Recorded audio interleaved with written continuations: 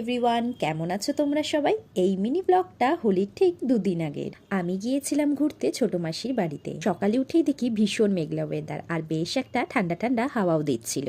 তারপর ব্রেকফাস্ট সেরে নিই। আর এতদিন পর মাসির বাড়ি এসেছি, যা গল্প জমে গেছিল, ভিডিও করার কথা কিন্তু মাথায় ছিল না আমার। এরপর বিকেলের দিকে একটু ঘুরতে বেরিয়েছিলাম আর তখনই নেমে গেল বৃষ্টি। তো যাই হোক, বেরিয়েই যখন পড়েছি তো সামনেই একটা শপিং মল ছিল। তো বৃষ্টিতে আমার অপেক্ষা করছিলামই, তো একটু ঢুকে টুকটাক শপিংও করে নিলাম। তো অপেক্ষা করার পর দেখি বৃষ্টি তো থেমে গেছে, তো অটোতে উঠে চলে গেলাম সিটি সেন্টারে। সেখানে ঘুরে নিয়ে তারপর একটু চা খেতে ইচ্ছা করছিল, তো চলে গেছিলাম টি জাংশনে চা খেতে। আর 2 দিন পরেই দোল, তো ফেরার পথে দেখি প্রচুর রঙের দোকান বসেছে। আর বাড়ি ঢোকার আগেই মাসির কিছু শিব মন্দির বাজার থেকে কেনার ছিল, তো সেগুলোই নিয়ে নিল।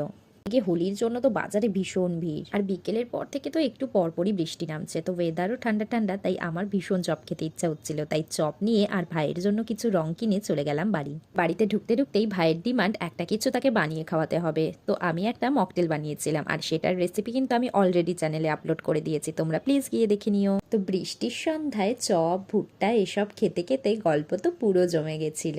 So yeah, that's it for my 2 days mini blog. চলো টাটা।